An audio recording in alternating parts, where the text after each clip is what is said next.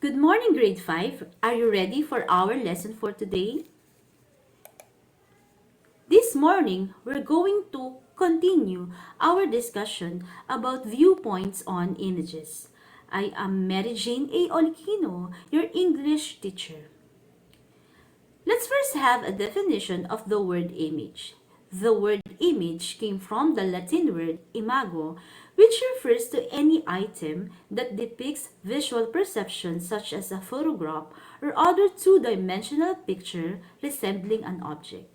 An image, like printed ones, also portray opinions or viewpoints.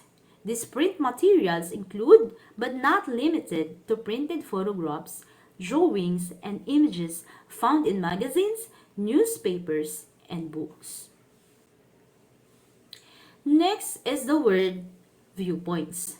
These are standpoints such as opinions or feelings of individuals or viewers triggered by image contents or elements.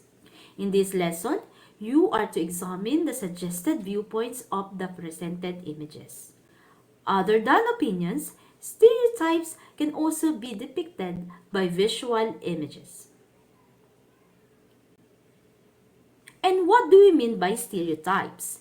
Stereotypes are beliefs that all people within the same gender, age, or cultural group will act alike and will share the same viewpoints and attitudes. So we are generalizing, we are assuming that they are all alike when they belong to a certain group.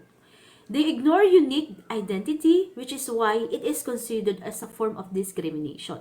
When you say discrimination, it means unfair treatment to a person or group. Okay? They are considered as exaggerated beliefs and generalizations without allowing individual personalities, which create positive and negative acceptance and effects to different groups. They may be true to some, but not to all.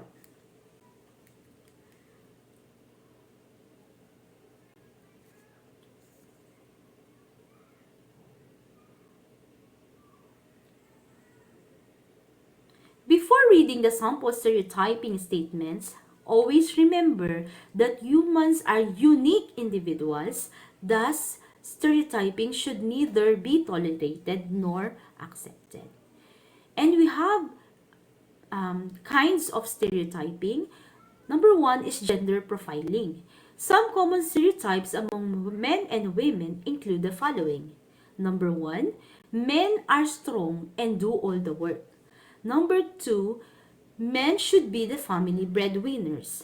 Number three, women are naturally and highly emotional beings. So what can you notice about the statements? We are generalizing men and women.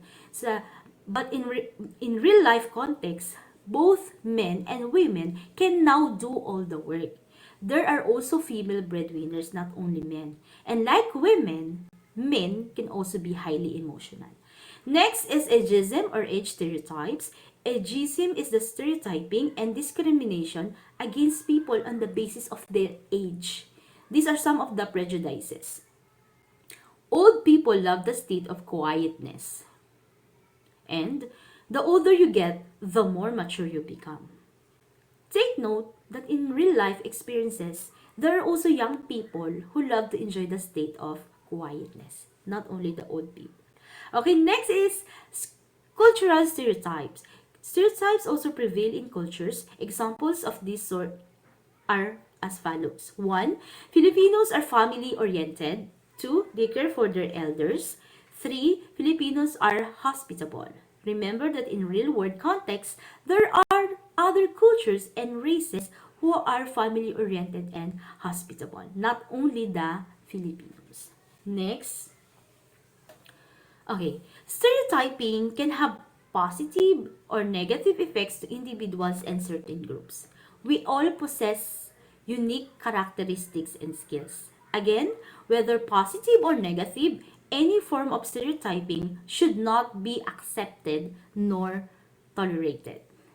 Next, okay, so let's have an activity. Examine the images, tell the opinion suggested by each image.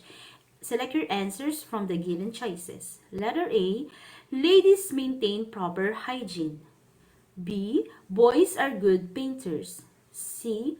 Old people want a quiet place most of the time. D. Filipinos are family-oriented. E. Filipino families are religious.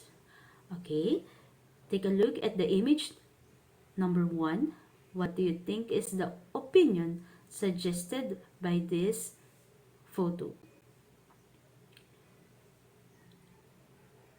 What do you think is the answer? Okay, so letter B. So boys are good painters. When we say good painters, we assume that those are boys. Okay, so this is an example of gender profiling. Okay, number 2 is letter A. Ladies maintain proper hygiene. That is also gender profiling, gender stereotyping. Number 3 is Filipino families are religious. 4, old people want a quiet place most of the time. That is age stereotyping. And letter D, Filipino families are religious. That is also cultural stereotyping. Next. Okay, so you are done with task 1 and 2. So you're going to do the learning task 3. Examine the images below and their presented viewpoints.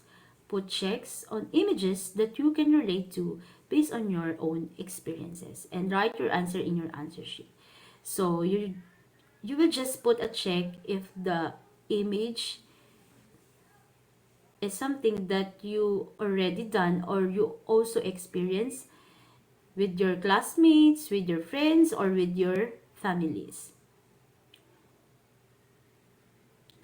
Next task. Okay, learning task 4. Examine the given editorial cartoon and its expressed viewpoints. In your answer sheet, write a 5-sentence paragraph stating your opinions and feelings. And last task, learning task 5. Examine the given editorial cartoon and its expressed viewpoints. Write a 5-sentence paragraph in your notebook. State in your answer sheet stating your opinions and feelings about it. So that's all.